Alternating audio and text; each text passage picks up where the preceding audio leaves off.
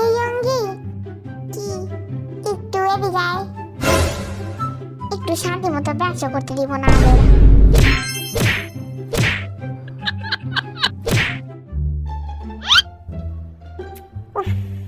আমার আর ডান্স করতে ইচ্ছা করতেছে না, যা সব প্যান্টে মান সম্মান দাও গেল আজকে পুরা, কেউ দেখেনি তো আবার।